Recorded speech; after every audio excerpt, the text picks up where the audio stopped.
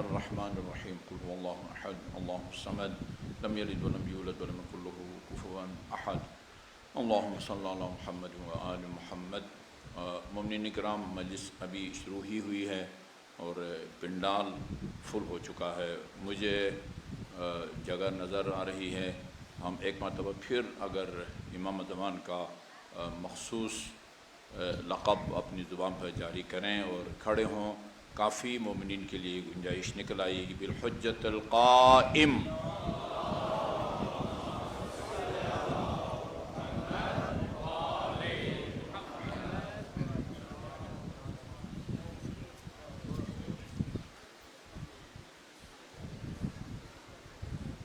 اعوذ باللہ من الشیطان اللعین الرجیم، بسم اللہ الرحمن الرحیم۔ الحمد للہ الذی لا یبلغ مدحتہ القائلون ولا یحصی نعماہ العادون، الذی لا یدرکہ بعد الہمم ولا ینالہ غوث الفتن، والصلاة والسلام على خیر خلقہ واشرف بریتہ، الذی سمی فی السماء بأحمد وفی الارضین بأبی القاسم محمد،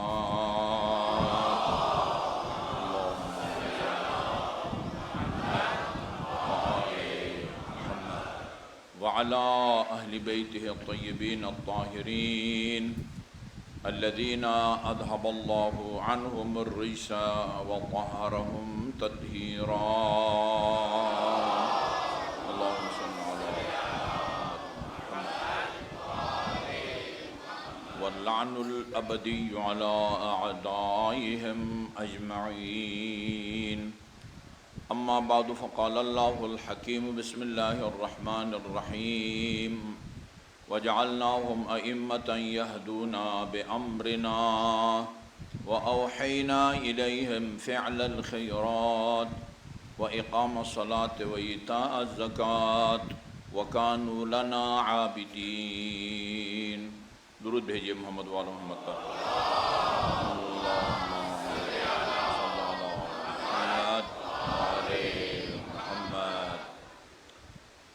مومنین کرام، مجالس کے موضوع اور خصوصاً اس آیہ کریمہ کے ذیل میں کچھ عرض کرنے سے پہلے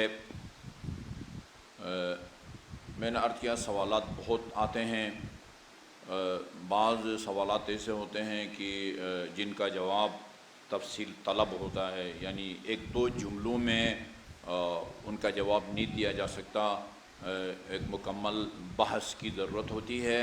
اور بعض مسائل، بعض سوالات ایک تو وہ ان کے جواب مختصر ہوتے ہیں اور ایمرجنسی نوعیت کے ہوتے ہیں۔ ایمرجنسی مثلا آپ کے بنیادی عقائد سے متعلق ایک سوال ہے، اگر کوئی ایک آدمی کسی غلط فہمی کا شکار ہے اور اس کی بنیاد پر اس نے کوئی غلط عقیدہ قائم کیا ہوا ہے، تو اس سے غلط فہمی کا ازالہ واجب ہے، واجب۔ پھر میری ذمہ داری بنتی ہے کہ اس غلط فہمی کا ازالہ کروں۔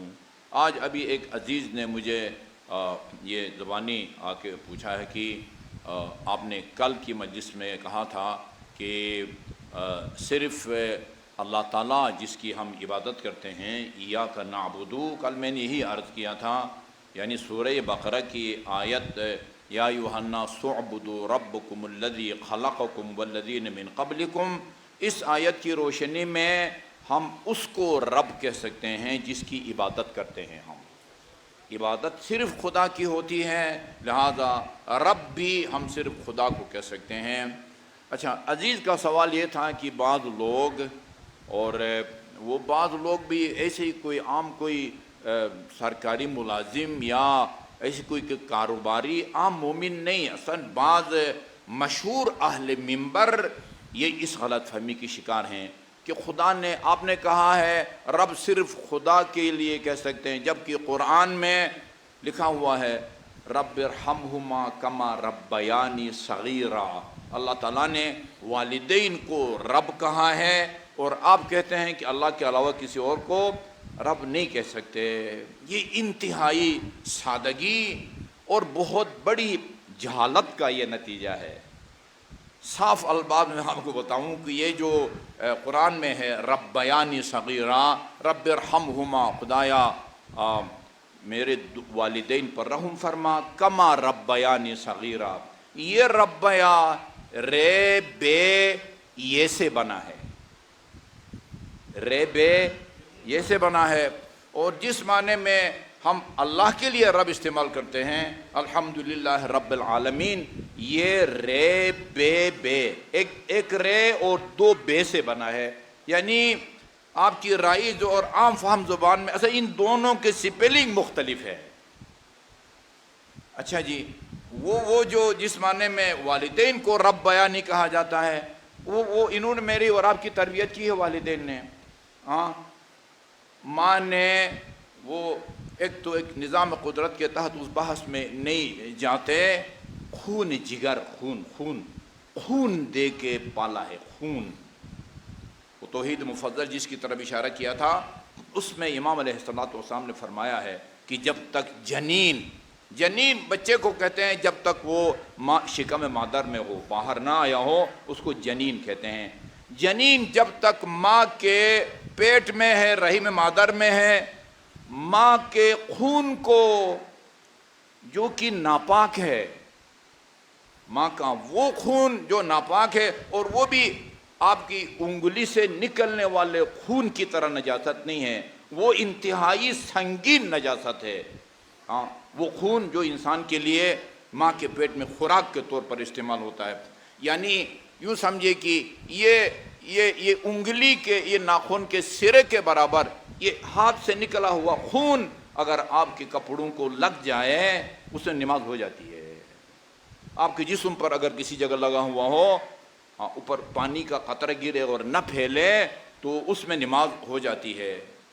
لیکن جو خون ماں کے پیٹ میں انسان کی خوراک کے طور پر استعمال ہوتا ہے، وہ اس کی نجاست اتنی سنگین ہے کہ ذرہ برابر ایک قطرے کا 100واں حصہ بھی اگر کپڑوں پر لگا ہوا ہو تو اس سے نماز 3 خون ایسے ہیں، یعنی واضح الفاظ میں حیض کا خون، نفاس کا خون اور استحاضے کا خون۔ اصل اس خون کا اور عام حالت میں ناک سے نکلنے والا خون، چوٹ لگنے سے نکلنے والے خون، ان دونوں کا حکم مختلف ہے۔ یہ خون ناف کے ذریعے براہ راست بچے کے لیے خوراک کے طور پر وہ استعمال ہوتا ہے، اور جیسے ہی یہ ماں کے پیٹ سے باہر نکل آتا ہے، ادھر ماں کے پیٹ سے اس کے نکلنے کی ضرورت ہے، وہی ناپاک اور سرخ خون نہ معلوم کس کارخانے میں فوراً اس کا رنگ بھی تبدیل ہو جاتا ہے، ذائقہ بھی تبدیل ہو جاتا ہے اور حکم بھی تبدیل ہو جاتا ہے۔ رنگ بھی تبدیل ہو جاتا ہے، ذائقہ بھی تبدیل ہو جاتا ہے، حکم بھی۔ وہ پہلے ناپاک تھا اور عام خون سے بھی زیادہ ناپاک تھا، لیکن وہ بچے کے ماں کے پیٹ سے نکلنے کے بعد وہ پاک بھی ہو جاتا ہے، ذائقہ بھی تبدیل ہو جاتا ہے جی، اور اس کا حکم بھی بدل جاتا ہے۔ پھر پیدا ہونے کے بعد جو ماں نے تربیت کی ہے، کس طرح تربیت کی ہے، ماں کے انسان کے اوپر کیا حقوق ہیں، ان کو امام سجاد علیہ السلام کے صحیفہ سجادیہ میں پڑھیں۔ اللہم صلی اللہ محمد و آل محمد۔ اور امام کا جو رسالۃ الحقوق ہے، اس میں بھئی والدین کی اولاد کے ذمہ کیا حقوق ہیں، اولاد کے ذمہ والدین کے کیا حقوق ہیں، ان میں بڑی تفصیل کے ساتھ، یعنی امام نے اولاد پر باپ کے حق کو 2 یا 3 سطروں میں بیان کیا ہے، لیکن اولاد پر ماں کے حق کو میرا خیال میں پون صفحے پر جو ہے نا وہ یا اس سے کم و بیش ماں کے حقوق کو بیان کیا ہے۔ اس لیے جب رسول خدا سے پوچھا کسی نے، خدایا کس سے نیکی کروں، سب سے زیادہ حسن سلوک کا حقدار کون ہے؟ فرمایا ماں۔ پھر پوچھا، فرمایا ماں۔ 4تھی دفعہ باپ کا نام لیا ہے رسول خدا صلی اللہ علیہ وسلم نے۔ دونوں نے پالا ہے جی، اپنی نیند حرام کر کے خود گرمی میں رہی ہے، تجھے سکون دیا ہے، خود بھوکھی رہی، یہ امام علیہ السلام کے الفاظ ہیں جی۔ باپ نے بھی جو ہے تمہاری تربیت کی ہے، پالا ہے، محنت سے خون پسینہ ایک کر کے تجھے پالا ہے، تجھے اعلیٰ تعلیم دلائی ہے، روشن مستقبل کے اسباب فراہم کیے ہیں، وہ ہے، انہوں نے تمہیں پالا ہے، وہ بنا ہے کس سے؟ ربا سے، ربا یعنی صغیرہ، بچپن میں جس طرح انہوں نے میری تربیت کی، پالا پھوسا، ہاں تو ان پر رحم فرما۔ وہ جس معنی میں اللہ رب ہے، اس کے علاوہ کسی اور کے لیے ہم رب نہیں کر سکتے، وہ رے اور دو بے سے بنا ہے، وہ کس کو کہتے ہیں؟ دیکھیں اس دنیا میں خدا کی مخلوقات دو قسم کی ہیں، بعض مترقی مخلوق ہے، مترقی، بعض غیر مترقی۔ پتھر پتھر ہے، ہمیشہ پتھر ہے، وہ قیمتی پتھر ہو یا عام پتھر ہو، وہ پتھر ہے، اس نے کوئی ترقی نہیں کرنی۔ یہ عقیق کی اگر انگوٹھی ہے، یہ عقیق اسی صورت میں اس نے رہنا ہے، اس نے ترقی کر کے کسی اور ہیرے میں تبدیل نہیں ہونا، نہ اپنی مرضی سے یہ کبھی حرکت کر سکے گا، اس میں ترقی کی صلاحیت نہیں ہے۔ اچھا کچھ چیزوں میں ترقی کی صلاحیت موجود ہے۔ اچھا ایک قیمتی پتھر کو آپ زمین میں اس کو دبا دیں، بو دیں، اس کو پانی دیں، جو کچھ کریں، وہ قیمتی پتھر اگے گا، اس میں اگنے کی صلاحیت نہیں ہے۔ کھجور کی گٹھلی، اخروٹ کی گٹھلی، بادام کی گٹھلی، ہاں گندم، جو، ان کو زمین میں دبائیں، اس کو مناسب حرارت اور نمی ملتی رہے، وہ کیا ہو جاتا ہے؟ دانہ اگ جاتا ہے، گٹھلی وہ ایک درخت میں وہ تبدیل ہو جاتا ہے۔ معرفت کی بات ہے، کہتے ہیں کہ یہ جو چونٹی ہے نا، چونٹی، وہ گرمیوں میں سردیوں کے لیے اس نے زیر زمین جو ہے نا گودام، بڑے بڑے سٹور بنائے ہوئے ہیں، گرمیوں میں سردیوں کے لیے وہاں وہ سٹاک کرتی ہے نا وہ خوراک کی۔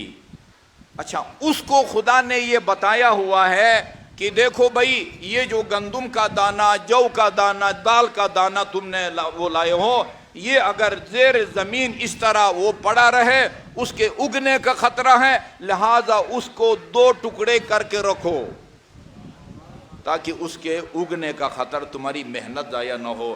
مگر دھنیا کا جو دانہ ہے نا، وہ کہتے ہیں اس کے دو ٹکڑے کر دو تو بھی وہ اگ سکتا ہے، اس لیے اس کو 4 ٹکڑے کر کے اپنے سٹور میں رکھتی ہے، 4 ٹکڑے۔ ہاں ان میں ترقی ہے نا، ان میں ترقی ہے۔ عام پانی کا قطرہ، وہ آب زمزم کا قطرہ ہو، آب نیسان کا قطرہ ہو، عام پتنے آپ کے راول ڈیل کے پانی کا قطرہ ہو، دودھ ہو، یہ قطرہ پانی کا قطرہ کم پانی کا قطرہ رہے گا۔ آب زمزم کی بڑی فضیلت ہے، اس کو گھر میں میں نے تجربہ کیا ہے، پورا سال آب زمزم آپ کے گھر میں رہے، نہ اس کا رنگ بدلتا ہے، نہ اس کا ذائقہ بدلتا ہے، نہ اس میں اس کا جو ہے نا وہ اس میں اس سے بدبو آنے لگتی ہے۔ وہ کتنے بھی فضیلت ہو، وہ آب زمزم ہی رہے گا، وہ تبدیل ہو کے خون نہیں بنے گا۔ ایک قطرہ ہے جس کو خدا نے پیدا کیا ہے، اور قرآن میں اس کا نام خدا نے ماء دافق کہا ہے۔ خلق الانسان من ماء دافق یخرج من بین الصلب والترائب، انسان کو ایک ٹپکنے والے پانی سے پیدا کیا گیا ہے جو سینہ اور پشت کی ہڈیوں کے درمیان سے نکلتا ہے۔ ایک قدرت نے اس قطرے میں صلاحیت ہے، 40 دن کے بعد خون میں تبدیل ہو جاتا ہے، پھر 40 دن کے بعد وہ گاڑھا ہو جاتا ہے، پھر 40 دن کے بعد وہ گوشت کا ٹکڑا بن جاتا ہے، پھر 40 دن کے بعد وہ ہڈی میں تبدیل ہو جاتا ہے، پھر اس ہڈی کو گوشت کا لباس پہناتا ہے خدا۔ یہ قرآن کی آیت کا ترجمہ آپ سنا، فَكَسَوْنَا الْعِظَامَ لَحْمًا، اس کے بعد ثُمَّ أَنشَأْنَاهُ خَلْقًا آخر، پھر اسی کو، اس نطفے کو ترقی کے ان مراحل سے گزارنے کے بعد ہم اس کو دوسری مخلوق بنا دیتے ہیں۔ روایات میں ہے اس کا مطلب یہ ہے کہ پھر اس کے اندر روح آ جاتی ہے، جان آ جاتی ہے۔ وہ ذات جو ان چیزوں میں، گٹھلی میں، فلان کے دانے میں، فلان کے دانے میں وہ اگنے کی صلاحیت رکھی ہے، اور اسی ٹپکنے والے پانی سے انسان بننے کی صلاحیت رکھتی ہے، اس کو رب کہتے ہیں۔ یہ صلاحیت اللہ نے رکھی ہے، کسی اور اللہ کی مخلوق نے نہیں رکھی۔ وہ محمد آل محمد نے آم کی گٹھلی میں اگنے کی صلاحیت نہیں رکھی ہے، اللہ تعالیٰ نے رکھی ہے۔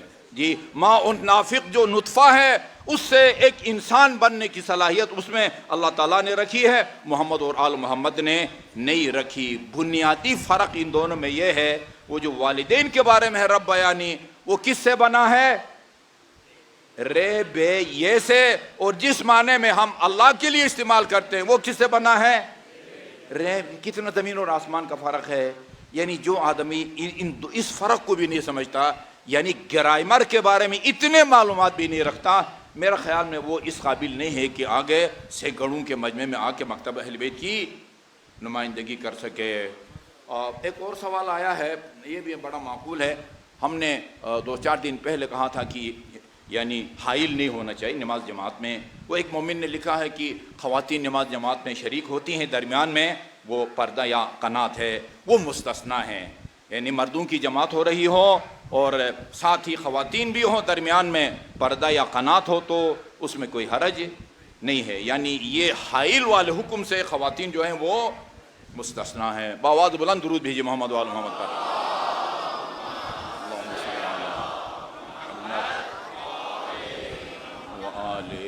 محمد. ہم نے وہ روایت سنی ہوئی ہے اور مشہور یہ ہے کہ امیر المومنین علیہ الصلوۃ والسلام کا فرمان ہے محمد. لیکن میں نے اور معصومین کے کلام میں بھی اس کو پڑھا ہے، بلکہ یقین ہے ہمیں کہ جو طرز تفکر علی کا ہے وہی طرز تفکر، وہی ایمان جس درجے پر فائز ہیں وہ 12 کے 12 امام کا یہی عقیدہ ہے، یہی طرز تفکر ہے اور وہی خدا کی معرفت رکھتے ہیں. اور وہ ایک امیر مومنین نے فرمایا ہے، یہ کچھ لوگ اللہ کی عبادت جنت کی خاطر، ثواب کی خاطر کرتے ہیں. 99% لوگوں کی عبادات کا یہی مقصد ہے، ثواب مل جائے. امام حسین کی زیارت کرو اتنا ثواب ملے گا، رلاؤ رونے کی شکل بناؤ وہ اتنا ثواب ملے گا، خدا کی راہ میں خرچ کرو اتنا ثواب ملے گا. یہ کہتے جنت کی لالچ میں عبادت کرنے والا یہ کاروباری آدمی کی عبادت ہے. صبح سے لے کر شام تک آپ مارکیٹ میں جا کے محنت کرتے تاکہ شام کو 4 پیسے کما کے گھر آ جائیں. یہ کاروباری اور تجارت پیشے لوگوں کی عبادت ہے. کچھ لوگ آتش جہنم سے بچنے کے لیے اللہ تعالیٰ کی عبادت کرتے ہیں. فَتِلْكَ عِبَادَةُ الْعَبِيدِ، یہ زر خرید غلاموں والی عبادت ہے. زر خرید، غلام کو خریدتے تھے، وہ غلام اور غلام کی کمائی کا مالک اس کا مالک اور مولا ہوتا تھا. وہ اپنے مالک کی اجازت کے بغیر گھر سے نہیں نکل سکتا، کہیں کسی اور کے لیے کام نہیں کر سکتا. کرے گا تو وہ مزدوری کا مالک غلام نہیں ہوگا بلکہ اس کا آقا ہوگا. العبد بما فی یدہ، العبد وما فی یدہ لمولا. بندہ بھی اور بندہ جو کچھ کماتا ہے اس کا مالک اس کا مولا ہوتا ہے، جس نے اس کو قیمت دے کے وہ خریدا ہے. اس کو اپنے مالک کا خوف ہوتا ہے کہ اگر میں نے مالک کی نافرمانی کی، اس کے حکم کی تعمیل نہ کی یا اس کی اجازت کے بغیر کہیں نکل گیا تو یا مار پڑے گی، ڈانٹ پڑے گی، سرزنش ہوگی. بندہ بھی اس خوف سے اللہ تعالیٰ کی عبادت کرے کہ اگر یہ عبادت نہیں کروں گا، نماز نہیں پڑھوں گا، روزہ نہیں رکھوں گا، اللہ جہنم میں بھیجے گا. یہ زر خرید غلاموں والی عبادت ہے. علی فرماتے ہیں کہ میری عبادات کا مقصد نہ جنت کا حصول ہے نہ جہنم سے بچنا ہے. شیعہ اور سنی روایات کے مطابق امیر المومنین قسیم النار والجنہ ہے. جنت اور جہنم کی کنجیاں ایک خاص تقریب میں وہ امیر المومنین کے حوالے کی گئی ہیں. لہذا جو جنت اور جہنم کا مقسم ہے وہ نہ جنت کی لالچ میں خدا کی عبادت کرتا ہے اور نہ آتش یا جہنم کے خوف سے اللہ تعالیٰ کی عبادت کرتا ہے. اچھا، اس کا یہ مطلب نہ لیں کہ وہ جنت کی لالچ میں خدا کی عبادت کرنا کوئی بری بات ہے یا کوئی ناپسندیدہ عمل ہے، یا آتش جہنم سے عذاب الہی سے بچنے کے لیے بندہ عبادت کرے، یہ کوئی ناپسندیدہ بات نہیں ہے. قرآن میں جنت کی خاطر خدا کی عبادت کرنے والے کی بھی حوصلہ افزائی کی گئی ہے اور عذاب الہی سے بچنے کے لیے جو عبادت کرتے ہیں ان کی بھی حوصلہ افزائی کی گئی ہے، روایات کے اندر بھی اور اس کے اندر اس قرآنی آیات میں بھی ہے. دیکھیں نا، قنا ادخلنا الجنت وقنا عذاب النار، ادخلنا الجنت وقنا عذاب النار، خدایا ہمیں جنت میں جگہ دے اور آتش جہنم کے عذاب سے بچا لے۔ یہ معصوم کی دعا ہے، یہ تو صرف عبادت کی درجہ بندی کی ہے علی نے، ہماری عبادت کا یہ درجہ ہے، عام انسانوں کی عبادت کا یہ درجہ اور یہ ویلیو اور یہ ارزش ہے۔ ایک روایت میں نے یہ صبح کی مجلس میں چند دن پہلے بیان کی تھی، جلدی میں آپ کی خدمت میں عرض کرتا ہوں۔ یعنی اگر آپ کہیں نا دنیا اور آخرت دونوں میں سعادت حاصل کرنے کی جو کنجی ہے وہ اس روایت کے اندر بیان کر دی گئی ہے، سعادت الدارین، دنیا اور آخرت دونوں میں سعادت۔ اس کو بیان کرنے سے پہلے ایک مختصر تمہید بھی ذہن میں بٹھائیں، وہ یہ، الحمدللہ ہم لوگ دہری نہیں ہیں، ہم غیبی طاقت پر ایمان رکھتے ہیں، خدا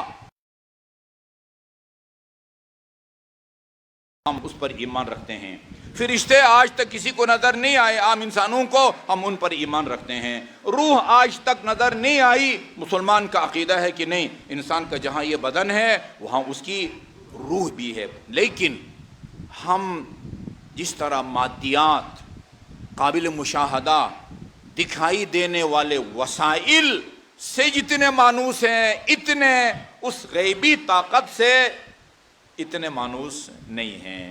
دعویٰ تو کریں گے لیکن عملی زندگی بتاتی ہے کہ جس طرح مادی وسائل پر ہمارا بھروسہ ہوتا ہے، اس طرح جو غیبی وسائل ہوتے ہیں ان پر ہمارا اتنا بھروسہ نہیں ہوتا۔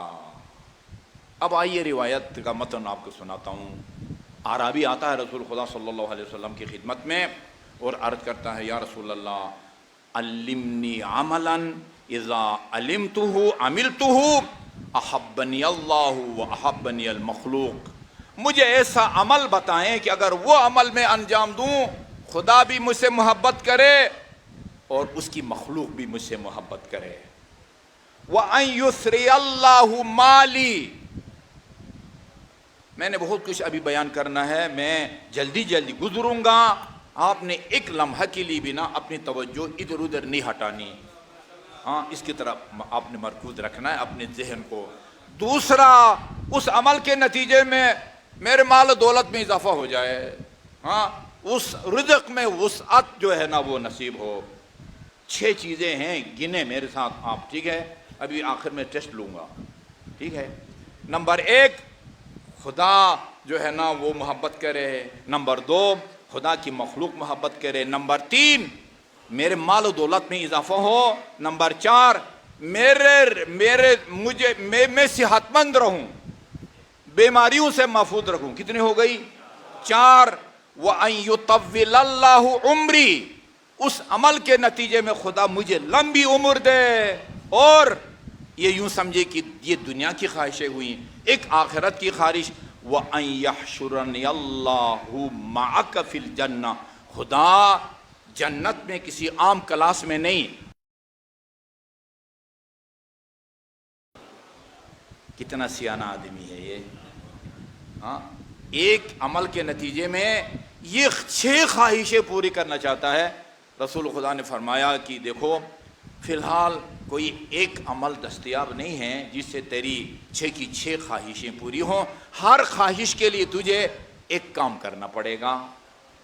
اذا اردت ان يحبك اللہ، تو اگر محبوب خدا بننا چاہتا ہے، فخفہ، اپنے اندر خدا کا خوف پیدا کر، خدا تجھ سے محبت کرے گا، ٹھیک ہے جی؟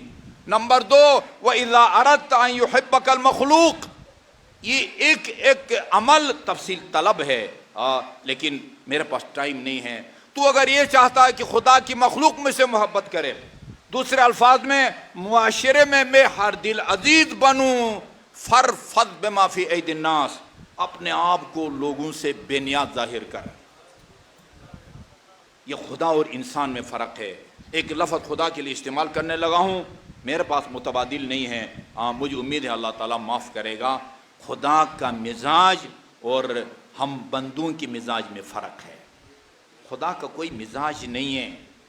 کہیں کسی نبی امام کی دعا میں آپ نے پڑھا ہے کہ کسی نبی یا امام سجاد نے کبھی اللہ تعالیٰ کی خیریت دریافت کی ہو؟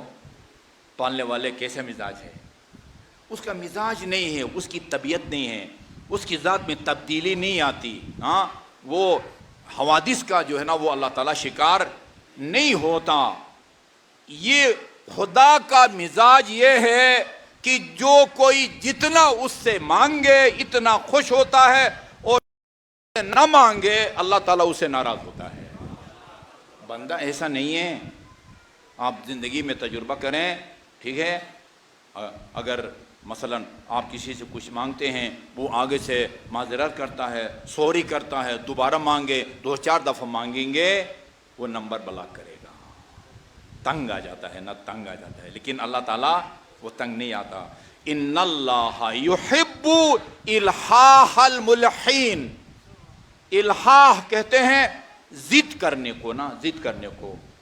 ایک لفظ بہت پہلے لاہور میں ہمارے ایک استاد نے بولا ہے، وہ پتہ نہیں میں ڈکشنری میں نہیں دیکھ سکا ہوں، اردو ڈکشنری میں وہ پنجابی کا ہے یا اردو کا ہے. لیچڑ. لیچڑ یہ روایت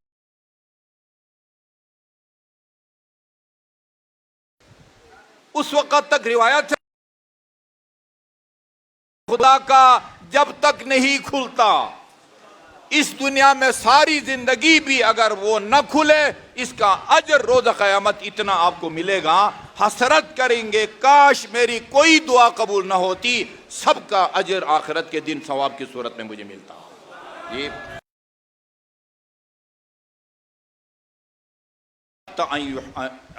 ان یحبک المخلوق فرفض بما فی ایدی الناس. ٹھیک ہے جی، ٹھکرا دو. لفظی ترجمہ یہ بنتا ہے، یہ جو لوگوں کے ہاتھوں میں ہے نا ان کو ٹھکرا دو.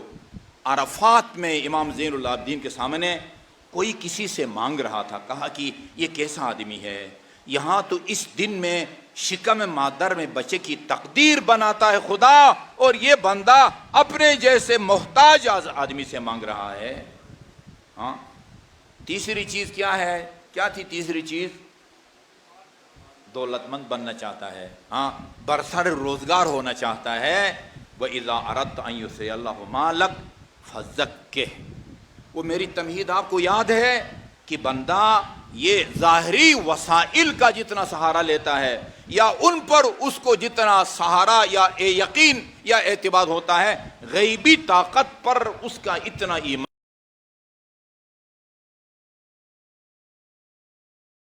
فرماتے ہیں کہ اگر تو چاہتا کہ میرے مال میں اضافہ ہو تو خدا نے تجھے جو مال دیا ہے نا اس میں سے زکوٰۃ ادا کر. خاتون جنت نے فلسفہ احکام بیان کیا ہے، ایمان کا فلسفہ بیان کیا ہے، نماز کا فلسفہ بیان کیا ہے، روزے کا، حج کا، زکوٰۃ کا فلسفہ بی بی نے یہ بیان کیا ہے. خدا نے زکوٰۃ کو فرض قرار دیا ہے تاکہ زکوٰۃ کی ادائیگی کے نتیجے میں تزکیہ نفس ہو، تمہاری روح میں پاکیزگی آ جائے، اور تمہارے مال و دولت میں اضافہ ہو. مال و دولت میں اضافہ چاہتے ہو تو اپنے مال میں زکوٰۃ دو. 3 ہو گئی. چوتھی چیز کیا تھی؟ صحت مند. وَإِذَا صِحَّ بَدَنُكَ. اگر تو صحت مند رہنا چاہتا ہے تو فَتَصَدَّقْ. پابندی کے ساتھ صدقہ دیتے رہو. صدقہ. داؤوا مرضاکم بالصدقہ. یا رسول خدا نے ہسپتال جانے سے منع نہیں کیا ہے، ڈاکٹر کے پاس علاج کے لیے. حکیم آپ کو روکا نہیں جا رہا ہے مادی وسائل سے استفادہ کرنے کے لیے، لیکن فرمایا کہ اس غیبی علاج کو جو ہے نا وہ بھلانا نہیں ہے. تو اگر یہ چاہتا کہ میں صحت مند رہوں فتصدق. ہاں صدقہ دیتے رہو. اور 5 میں کیا تھا؟ لمبی عمر. وَإِذَا أَرَدْتَ أَن يُطَوِّلَ اللَّهُ عُمْرَكَ فَصِلْ مِنْ ذَوِي قَرَابَتِكَ. اپنے قریبی رشتہ داروں کے ساتھ صلہ رحم کر. قریبی رشتہ داروں میں پہلے نمبر پر والدین اور اولاد ہیں. والدین اور اولاد، ائمہ اطہار کا اس بات پر اتفاق ہے کہ صلہ رحمی قریبی رشتہ دار خصوصاً والدین اولاد سے حسن سلوک کے نتیجے میں عمر میں اضافہ ہوتا ہے، اور ان سے تعلقات کو توڑنے کے نتیجے میں انسان کی عمر کم ہو جاتی ہے۔ اور یہ گھنٹوں کے حساب سے نہیں، ایک آدمی کی اگر 3 سال زندگی کے باقی رہ گئے ہیں، صلہ رحم کے نتیجے میں اللہ تعالیٰ اس کی عمر کو 30 سال بڑھا کے 33 سال کر دیتا ہے۔ اور قطع رحم کے نتیجے میں عمر کم ہو جاتی ہے۔ ایک آدمی کی اگر ابھی زندگی 30 سال اگر وہ باقی ہے، قطع رحم کے نتیجے میں وہ کم ہو جاتی ہے، اور اس کی عمر کتنی ہو جاتی ہے، رہ جاتی ہے 27 سال۔ یہ اگر تو یہ چاہتا کہ مجھے لمبی عمر نصیب ہو، فصل من ذوی قرابتک۔ اور آخری خواہش کیا تھی؟ وَإِذَا أَرَدْتَ أَن يَحْشُرَكَ اللَّهُ مَعِي فِي الْجَنَّةِ۔ تو اگر روز قیامت میرے پاس میرے جوار میں مکان چاہتا ہے، فَأَطِلْ مِن سُجُودِكَ۔ جب نماز پڑھو اپنے سجدے کو طول دو۔ میں بعض نمازیوں کو دیکھتا ہوں، صف اول میں ہماری مسجد میں پہلی صف میں بیٹھتے ہیں، یہ وہ سجدگاہ پر پیشانی ٹچ ہوتی ہے پھر اٹھ جاتی ہے، اس میں پتہ نہیں کیا پڑھتے ہیں۔ یعنی صرف سبحان اللہ کہنے کے لیے بھی جتنا وقت چاہیے اتنا وقت بھی نہیں لگاتے ہیں۔ یہ مسجد النبی میں رسول خدا کے سامنے ایک آدمی اس طرح نماز پڑھ رہا تھا، فرمایا لو مات ھذا وکان صلاتہ ھذہ، یہ بندہ مر جاتا ہے اور یہ اپنی نماز کو ٹھیک نہیں کرتا، ایسی نماز پڑھتا رہے مر جائے، لمات علی غیر دینی، دین کی موت واقع نہیں ہوگی۔ اور روایت میں پڑھا ہے میں نے، سید الشہداء امام حسین نماز پڑھ رہے تھے، پاس کھڑا بندہ کہتا میں نے گنا امام کی تسبیح کو، سجدے میں 60 مرتبہ فرمایا سبحان ربی الاعلی و بحمدہ، سبحان ربی الاعلی و بحمدہ۔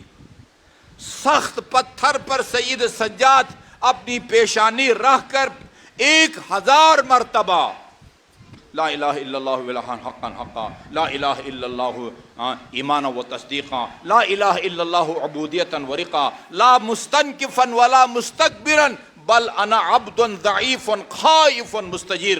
راوی کہتا ہے میں نے 1000 مرتبہ امام زین العابدین کو پتھر پر سجدہ کرتے ہوئے یہ اس ذکر کو پڑھتے ہوئے دیکھا۔ ایسے ہی سجاد نام نہیں پڑھ گیا، ایسے ہی زین العابدین نام نہیں پڑھ گیا۔ زین العابدین کا لقب علی ابن الحسین کو اس وقت ملا ہے جب ابھی امام حسین نانا کی گود میں تھے۔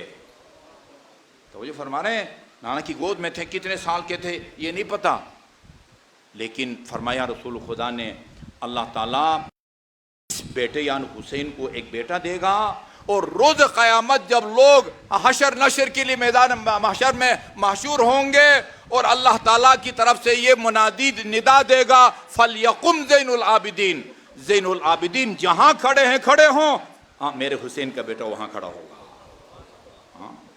فَأَطِلْ مِن سُجُودِكَ، اپنے سجدے کو طول دو۔ اچھا، اس پوری روایت کو بیان کرنے کا مطلب یہ ہے کہ جب اس نے کہا کہ بھئی وہ ایسا عمل بتائیں کہ جس کے نتیجے میں مجھے روز قیامت آپ کے جوار میں جگہ ملے، آپ نے فرمایا یہ نہیں فرمایا وہ نماز پڑھو بھئی جنت کو کیا کرنا ہے، ٹھیک ہے، وہ جنت کے لالچ میں نماز کا طریقہ پوچھا گیا ہے، ائمہ معصومین نے جنت میں جانے کا طریقہ بتایا ہوا ہے۔ اچھا جی، اب جنت میں جانے کا کیا طریقہ ہے؟ یہ روایت امیر المومنین سے منقول ہے۔ صلوات کیوں نہیں بھیجتے آپ؟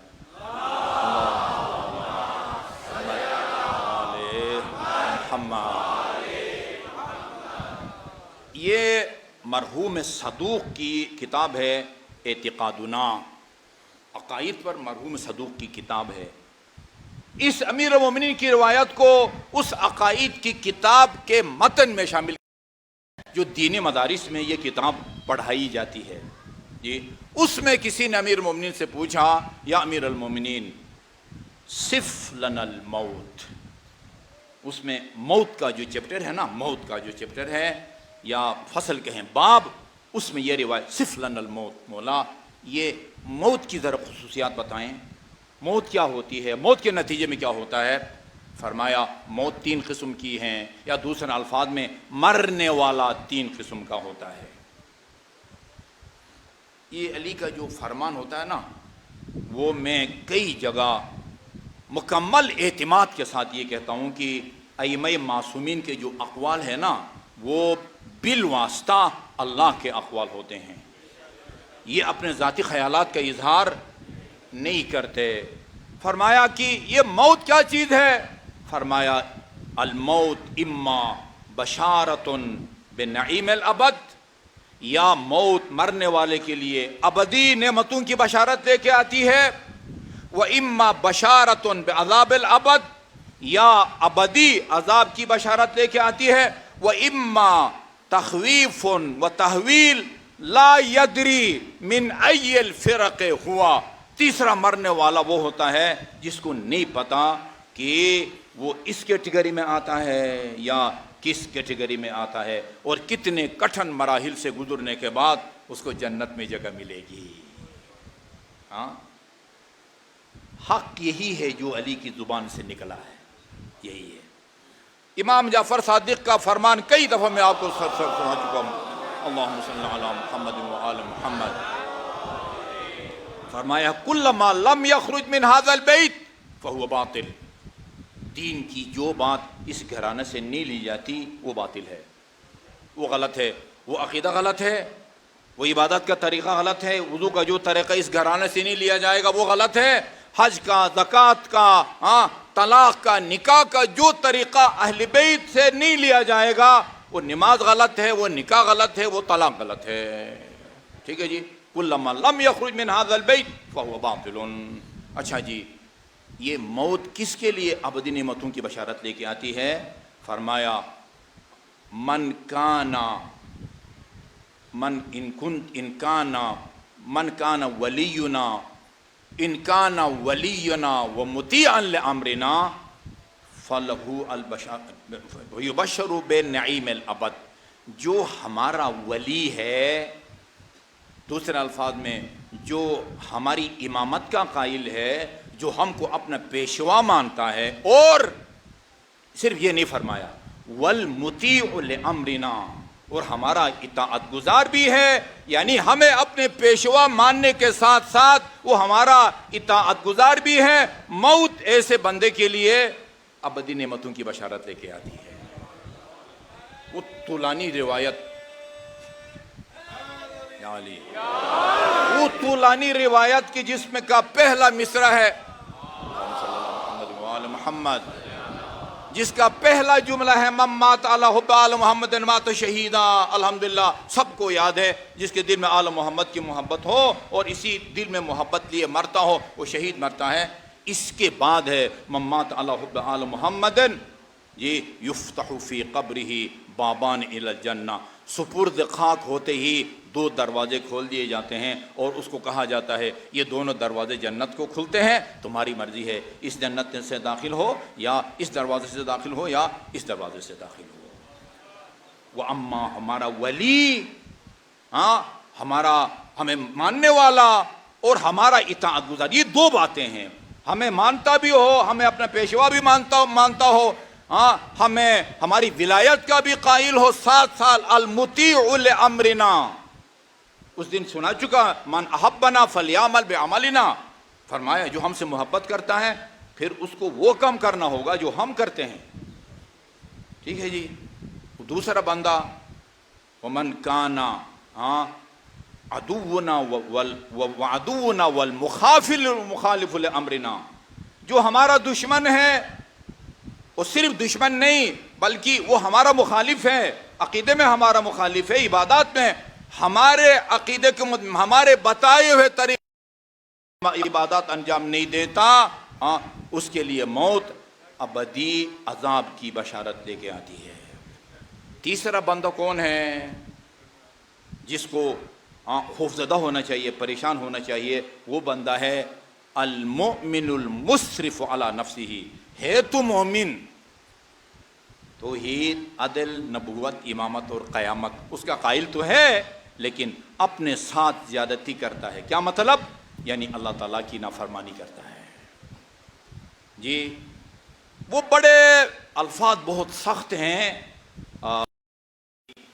آہستہ آہستہ جو ہے نا وہ آگے لے کے جانا چاہیے۔ اتنا عرض کروں کہ بہت عرصہ بعض آدمی عذاب بھگتنے کے بعد ان کو ہماری شفاعت نصیب ہوگی اور ان کو جنت میں جگہ ملے گی۔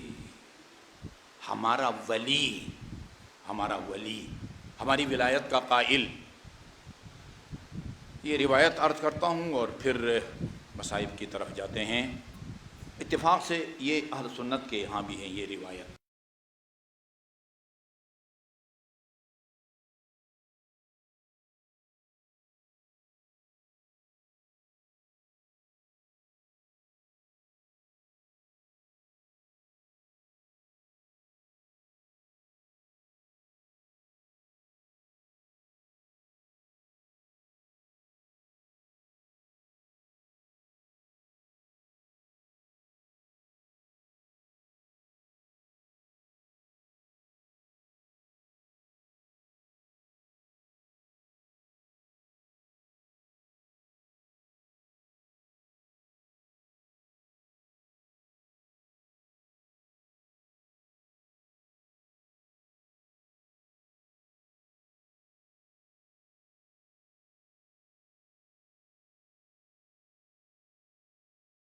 منٹ پہ یہ پنڈال تاریک بھی ہو اور روشن بھی ہو، یا یہ اتنے منٹ پہ یہ حال عزاداروں سے وہ فل بھی ہو اور خالی بھی ہو، یہ ہو سکتا ہے؟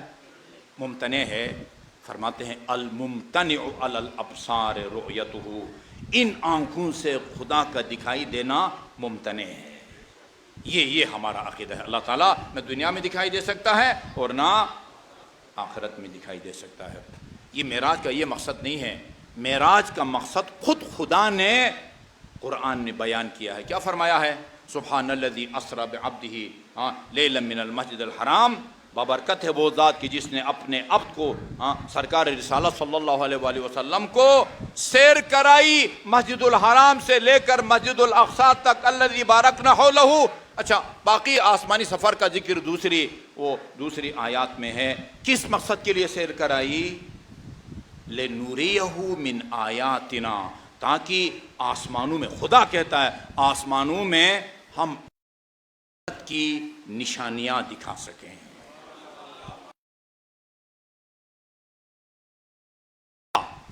اور بہت عجیب مکالمے ہوئے خدا کے ساتھ، فرشتوں کے ساتھ اور لوگوں کے ساتھ، رسول خدا کے۔ یہ صرف ایک نشانی، میں اگر اس نشانی کو یا اس مشاہدہ کو معراج کی روح کا نام دوں نا، معراج کی روح، تو شاید بے جا نہ ہو۔ رسول خدا فرماتے ہیں فَلَمَّا انتَهَا إِلَى السَّمَاءِ الرَّابِعَةِ، یہ ہمارے معراج کے سفر کا سلسلہ جب چوتھے آسمان تک پہنچا، یعنی ہم جبرائیل ساتھ تھے نا گائیڈ کے طور پر، تو ہم جب چوتھے آسمان پر پہنچے، رَأَيْتُ بَيْتًا مِّن یاقوتٍ احمر، میری نظر سرخ یاقوت کے بنے ہوئے ایک گھر یا مکان پر پڑی۔ جبرائیل نے عرض کیا یا رسول اللہ، یہ جو آپ کو سرخ یاقوت کا مکان نظر آ رہا ہے یہ بیت المعمور ہے، اور نماز کا وقت ہو گیا ہے، آپ نماز پڑھیے، نماز بجا لائیں۔ اچھا، یعنی بعض روایات کا مضمون یہ بتاتا ہے کہ یہ صبح کی نماز کا ٹائم تھا، صبح کی نماز کا ٹائم، صبح کی نماز کا وقت ہو گیا، آپ نماز پڑھیں۔ اچھا، اس کے بعد فرادہ نماز نہیں پڑھی، اللہ تعالیٰ نے تمام انبیاء کو بلایا، تمام انبیاء کو بلایا، اور بلانے کے بعد کہاں صفے بنائیں، صفے بنائیں، جس طرح آپ عید کے لیے صفے بناتے ہیں اور کہتے ہیں مومنین صفیں درست کریں، اور اتنے بجے جو ہے نا وہ نماز عید شروع ہو جائے گی۔ ایک کم 1,00,000 انبیاء علیہ الصلوۃ والسلام کی صف بندی ہوتی ہے، صفیں بنتی ہیں، اللہ تعالیٰ کی طرف سے حکم آتا ہے میرے حبیب آپ ان کی امامت کے فرائض انجام دیں۔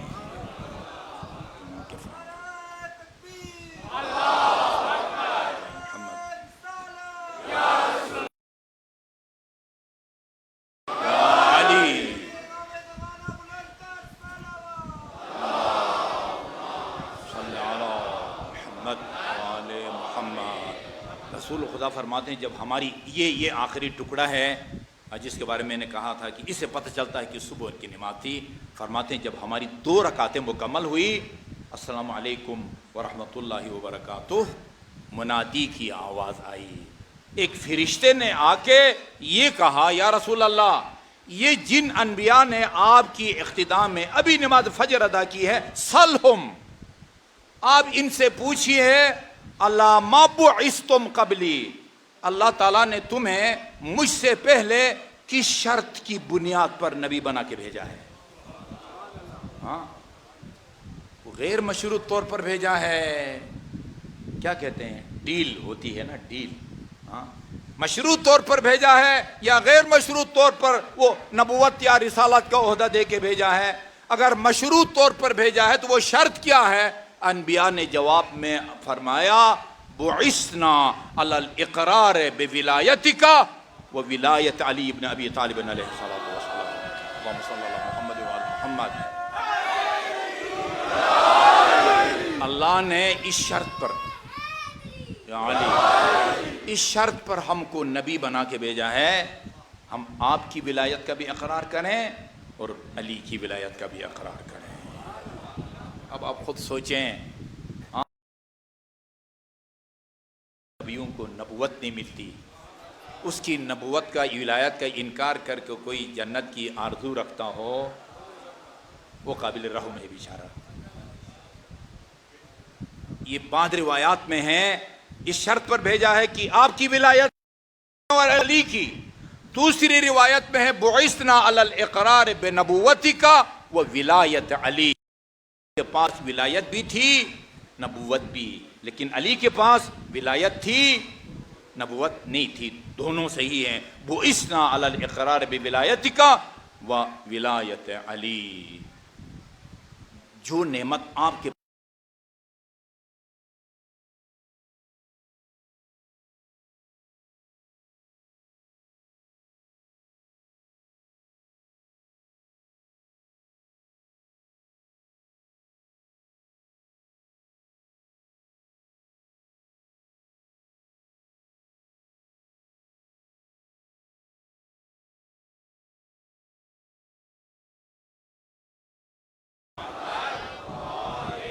ایک دسترخوان پر امام کے ساتھ کھانے کا اتفاق ہوا. جب کھانے سے فارغ ہوئے تو امام نے اس سے کھانے کے بعد اس مہمان سے تاثرات پوچھے کہ کیسا لگا ہمارا کھانا. تو عرض کیا، فرزند پیغمبر، میں نے زندگی میں کبھی ایسا لذیذ کھانا نہیں کھایا تھا، لیکن اس کھانے کو کھانے کے بعد صادق علیہ السلام کی دسترخوان پر مل رہی ہے. اس کھانے کو کھانے کے بعد اور اس کی لذت کے احساس کے ساتھ مجھے قرآن کی ایک آیت یاد آ گئی، پریشان کر رہی ہے. کون سی آیت؟ وہ آیت یہ ہے، وَلَتُسْأَلُنَّ يَوْمَئِذٍ عَنِ النَّعِيمِ. یومئذٍ یعنی قیامت کے دن تم سے نعمتوں کے بارے میں پوچھا جائے گا. مجھے ڈر ہے کہ کہیں اس نعمت کے بارے میں خدا مجھ سے روز قیامت سوال نہ کرے. امام نے فرمایا، اللہ کی ذات اس سے بالا تر ہے کہ کھانے پینے کی چیزوں کا وہ محاسبہ کرے اور سوال کرے. کم از کم اس آیے کریمہ میں معقولات اور مشروبات نہیں ہیں. اس آیت میں جس نعمت کا ذکر ہے وہ نعمت ہم اہل بیت علیہ الصلوۃ والسلام کی ولایت کی صورت میں ہے. اس کے بارے میں بات پوچھا جائے گا. قفوہم،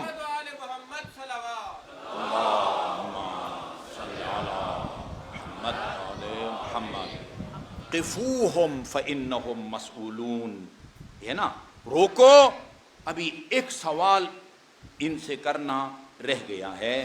اہل سنت کی تفاسیر میں ہے قفیہم فإنہم مسئولون. آیت یہاں تک ختم ہوتی ہے. آگے بطور تفسیر لکھا ہوا ہے قفوہم فإنہم مسئولون عن ولایت علی بن ابی طالب علیہ السلام. ابھی علی کی ولایت کے بارے میں سوال ابھی باقی ہے. خدایا تیرا لاکھ لاکھ شکر ہے کہ تو نے ہمیں اہل بیت کی ولایت کی صورت میں نعمت سے نوازا. اور خدا بحق محمد و آل محمد ہمیں تا حیات اس نعمت عظمیٰ پر ثابت قدم رہنے کی توفیق عطا فرمائے۔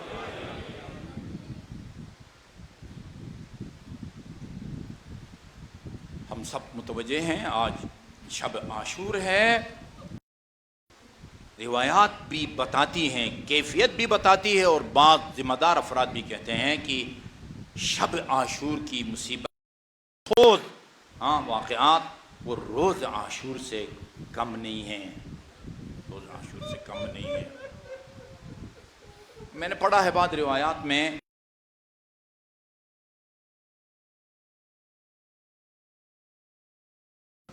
جفت الاوانی والقرب، خیموں میں جتنے برتن تھے پانی کے یا مشکیزیں سب کے سب خشک ہو گئے تھے۔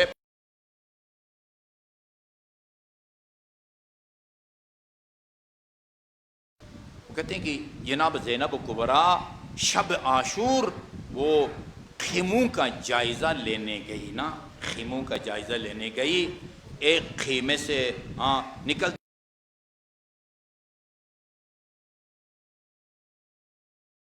20 چھوٹے چھوٹے بچے آپ کے ساتھ ساتھ تھے، سب کی زبان پر یہ جملہ تھا العطاش العطاش۔ یہ علی کی حسین کی لاچار اور علی کی لاچار بہن بیٹی یہ کیا کرے؟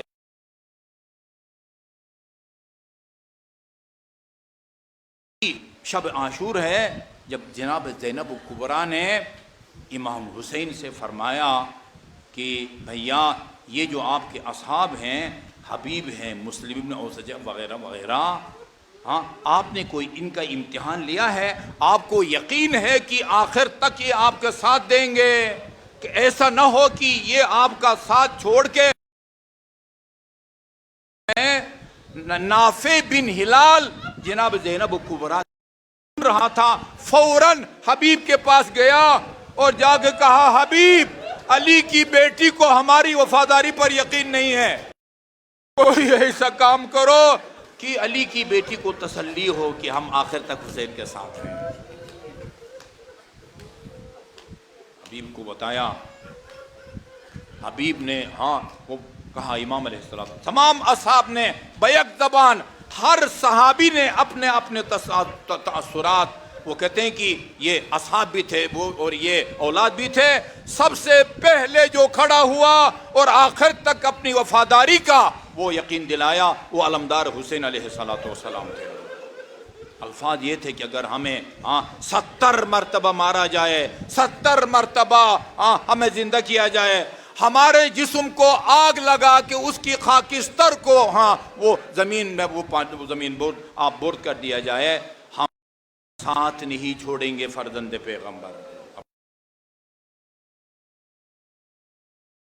کہا کہ ایسا کرتے ہیں کہ امام کو تسلی ہو گئی ہے، اب علی کی بیٹیوں کی زبان سے بھی ہم کو یہ یقین دہانی ہونی چاہیے کہ وہ ہم سے مطمئن ہے۔ امام سے کہا کہ ہم وہاں تک لے چلیں، خیمے کے دروازے تک، ہم علی کی بیٹیوں کو بھی یقین دہانا چاہتے ہیں۔ علی کی بیٹیوں سے بھی کہا کہ جب تک ہم زندہ ہیں ہم امام کو میدان میں جانے نہیں دیں گے، وہ نوبت نہیں آئے گی کہ امام میدان میں جائیں۔ مجھے عرض کرنے دیں حبیب سے، مسلم بن اوسجہ سے، آپ کی وفاداریوں کو ہمارا سلام ہو، آپ کے جذبات کو ہمارا سلام ہو، کاش عصر عاشور ہوتے، یمینا و شمالا، جب میرے اور آپ کے مظلوم آقا نے دائیں دیکھا اور بائیں دیکھا۔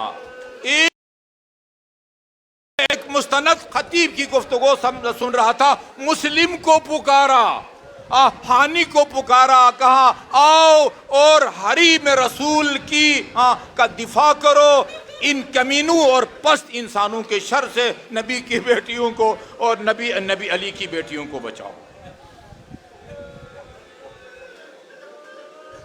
شیخ جعفر ششتری اپنے زمانے کے باعمل نامور خطیب تھے۔ شیخ جعفر ششتری کتاب ہے ان کی امام حسین کے بارے میں، الخصائص الحسینیہ، ضخیم اتنی موٹی کتاب ہے، اس میں ان خصوصیات کو بیان کیا ہے جن سے اللہ نے صرف امام حسین کو نوازا ہے، کسی اور میں وہ خصوصیات آپ کو نظر نہیں آئیں گی۔ الخصائص الزینبیہ، ان خصوصیات کا ذکر کیا ہے جن سے اللہ تعالیٰ نے علی کی بیٹی زینب کبریٰ کو نوازا ہے، کسی اور کو آپ کو وہ خصوصیات نظر نہیں آئیں گی۔ اپنے زمانے میں کربلا میں عاشور کے دن جو سب سے بڑی مجلس ہوتی تھی اس سے یہی خطاب کرتے تھے شیخ جعفر ششتری۔ کربلا میں ایک مجلس ہوتی ہے مقتل کے نام سے، ایک عالم دین مقتل کی کتاب، معتبر کتاب اٹھا کے 2.5-3 گھنٹے تمام شہداء کی وہ مصیبت کو پڑھتا ہے۔ میں نے اپنے نجف میں قیام کے دوران دیکھا ہے سید باقر حکیم جو حرم امیر المومنین میں بم دھماکے میں شہید کیے گئے، شہید محراب کے نام سے اب وہ وہاں مشہور ہیں، وہ مقتل پڑھتے تھے، وہ اس مرحلے کو بیان کرتے تھے کہ آپ کا امامہ کس نے اتارا، آپ کی قبا کس نے اتاری، ایک انگشتر انگوٹھی کے خاطر وہ انگلی کو کس نے شہید کیا۔ ایک مرحلہ آتا تھا ہر سال یہ سعید بے ہوش ہو کہ ممبر سے زمین پر نہیں ہو سکتا تھا، اسے مقتل کہتے ہیں، اس کو مقتل پڑھا جاتا ہے۔ ایک اور مجلس دنیا بھر سے آنے والے عزاداروں کے لیے آدھے گھنٹے کی پونے کی یہ مجلس یہ پڑھتے تھے۔ وہ شیخ جعفر کہتے ہیں میں شب عاشور سوچ رہا تھا کہ یہ کل کی بڑی مجلس میں کس کی شہادت پڑھوں، کے پڑھوں جس کی شہادت نے حسین کی کمر توڑی، ہم شکل پیغمبر کی پڑھوں جس کے بارے میں فرمایا آپ بنی علی علی الدنیا بعدک الافا، عباس تیرے بعد اکبر اب اس دنیا میں جینے کا مزہ نہیں رہا۔ کس کے مصائب پڑھوں، کوئی فیصلہ نہیں کر سکے، اور اسی پریشانی کو دیکھا۔ فرمایا شیخ اگر ہے بے شک کسی کی شہادت نہ پڑھ، میرے بیٹے کے آخری وداع کے مصائب عزاداروں کو سنا۔ 3 دفعہ کتاب الوداع کیا ہے میرے اور آپ کے مظلوم امام نے۔ ایک مرتبہ الوداع کیا، جا کے جہاد کیا، واپس آئے۔ دوسری دفعہ آخری دفعہ جب الوداع کے لیے آئے، امام زین العابدین فرماتے ہیں جب آخری دفعہ میرے بابا الوداع کے لیے آئے اور انہوں نے میرے خیمے کا پردہ ہٹایا، میں نے دیکھا سر سے لے کر پاؤں تک میرے بابا خون میں ڈوبے ہوئے تھے، اور جب بات کرتے تھے یا سانس لیتے تھے نا تو زخموں سے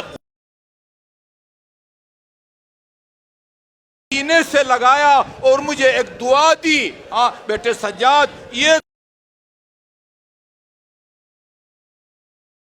ہے جب بھی تمہیں کیسی مشکل پیش آئے اس کو پڑھو۔ سجاد نے امام کی یہ کیفیت دیکھی اور جناب زینب کبریٰ سے فرمایا علیہ بالعصا والسیف، پھوپھی جان مجھے عصا اور تلوار لا کے دیجئے۔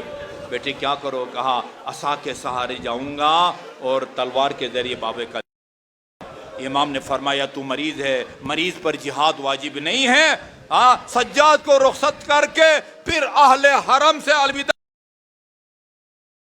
سلام کے جملے، یا زینب و یا سکینۃ علیکم من السلام، تمہیں میرا آخری سلام ہو۔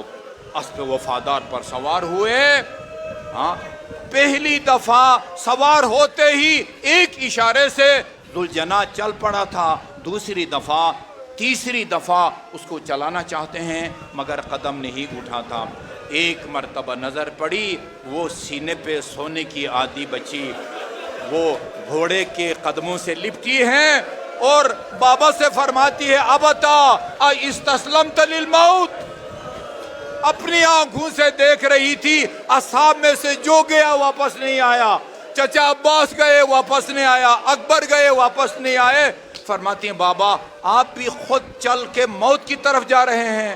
فرمایا بچی ہے اور سوالات کی نوعیت دیکھیے۔ فرمایا بیٹی سکینہ کیف لا یستسلم للموت من لا ناصر لہ ولا معین، بیٹی جس کا دنیا میں کوئی مددگار نہ بچا ہو وہ موت کے طرف ہی جا سکتا ہے۔ فرمایا اذن ردنا الی مدینۃ جدنا، بابا پھر ہمیں نانک کا مدینہ پہنچانے کی کوئی سبیل کریں۔ فرمایا لو ترک القتال لنا، مطلب یہ بنتا ہے کہ اگر نانا کی امت نے مدینے میں چین سے رہنے دیا ہوتا میں تمہیں کبھی بھی اس بے آب و گیا صحرا میں لے کے نہ آتا۔ واقعی کربلا میں، میدان کربلا میں، کفور شام کے راہوں میں، زندانوں میں اس بچی کے 3-4 جملے ہیں جو ہمیں قیامت تک رلانے کے لیے کافی ہیں، قیامت تک رلانے کے لیے کافی ہیں۔ ہاں آپ سنیں گے جب یہ اسب وفادار امام کی زندگی سے مایوس ہوا نا، امام کی زندگی سے مایوس ہوا، بڑے آرام سے پشت سے اتارا زمین کے اوپر جی، اور لوگ چاروں طرف سے آئے اور دلجنا کو گرفتار کرنا چاہتے تھے، اذیت دینا چاہتے تھے۔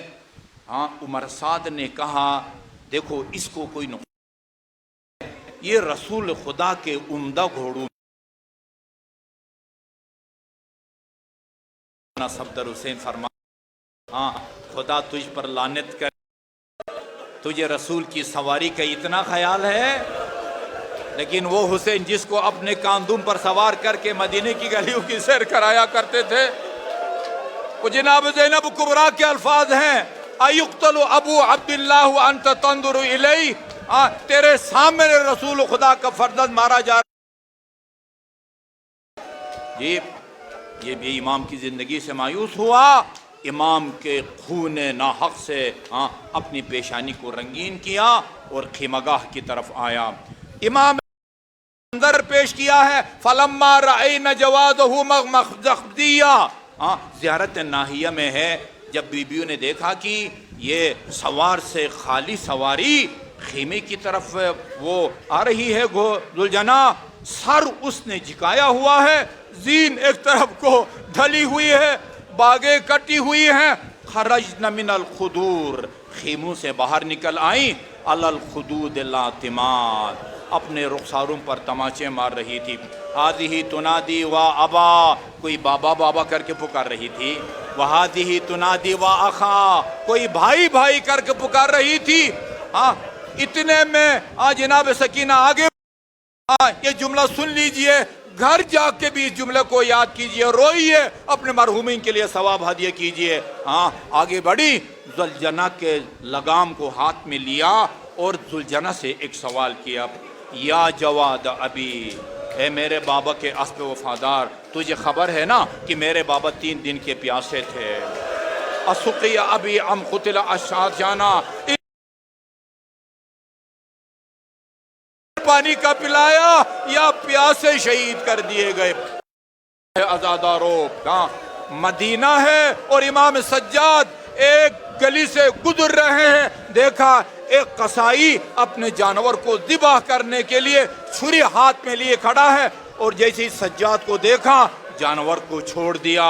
سجاد سمجھ گئے یہ میرے لحاظ میں چھوڑا ہے، آگے بڑھ کے فرمایا میرے نانا کی شریعت گوشت جانور کو ذبح کر کے اس کا گوشت کھانا جائز ہے، مگر ایک بات کا خیال رکھو، جب تم اس کو ذبح کرتے ہو، ذبح کرنے سے پہلے اس کو پانی سے سیراب کرتے ہو۔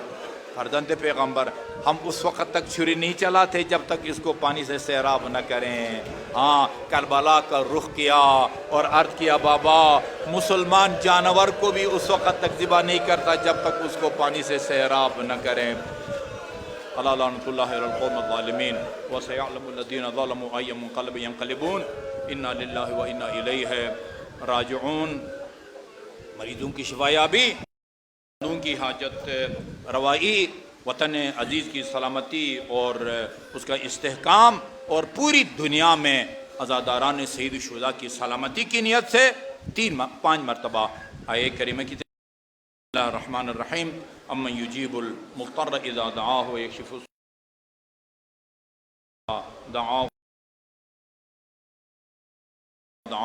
السوء امن یجیب المضطر اذا دعاہ ویکشف السوء امن یجیب المضطر اذا دعاہ ویکشف السوء۔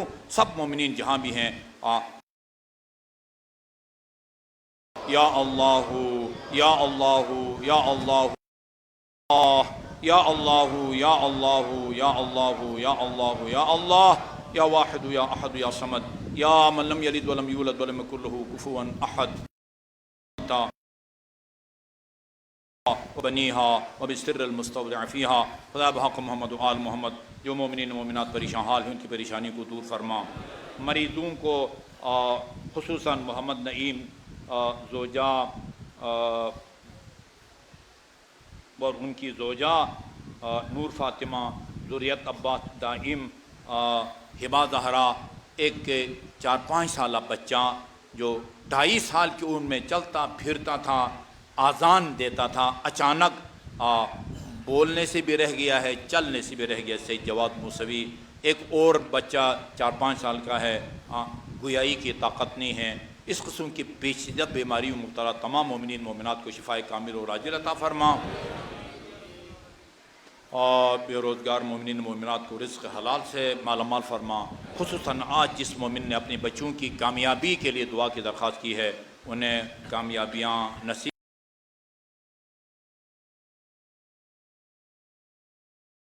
کاروبار میں برکت نصیب فرما.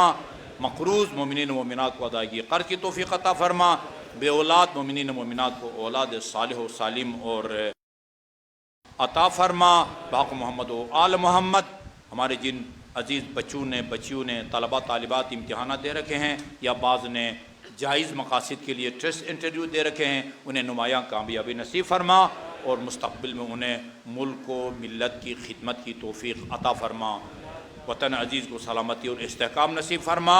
اس کے داخلی اور بیرونی دشمنوں کو اپنی قدرت کاملہ سے نیست و نابود فرما. وطن عزیز کو جلد از جلد اس بحرانی نجات عطا فرما. بحق محمد و آل محمد. قائم دنیا میں جہاں کہیں بھی عزاداران سید الشہداء صف عذاب بچھائے ہوئے ہیں، ان سب کو اپنے حفظ و امان میں رکھ. قائم آل محمد کے توجہات خاص کو ہم سب کے شامل حال فرما. آپ کے ظہور میں تعجیل فرما. ہمیں آپ کے آوان اور انصار میں شامل ہونے کی توفیق عطا فرما. جملہ مرحومین مرحومات، خصوصاً سید محمد زمان شاہ، سید گلزار حسین ملک کے ساجد جن کا آج انتقال ہوا ہے، ان سب کے ایصال ثواب بلندی درجات کے رسول فاتحہ. العالمین الرحمن الرحیم مالک یوم الدین ایاک نعبد و ایاک نستعین صراط الذین انعمت علیہم غیر المغضوب علیہم ولا الضالین. بسم اللہ الرحمن الرحیم. قل هو اللہ احد اللہ الصمد لم یلد ولم یولد ولم یکن له کفوا احد. بسم اللہ الرحمن الرحیم. قل هو اللہ احد اللہ الصمد لم یلد ولم یولد ولم یکن له کفوا احد. بسم اللہ الرحمن الرحیم. قل هو اللہ احد اللہ الصمد لم یلد ولم یولد ولم یکن له کفوا احد. اللهم اغفر للمؤمنين والمؤمنات والمسلمين والمسلمات الأحياء منهم والأموات.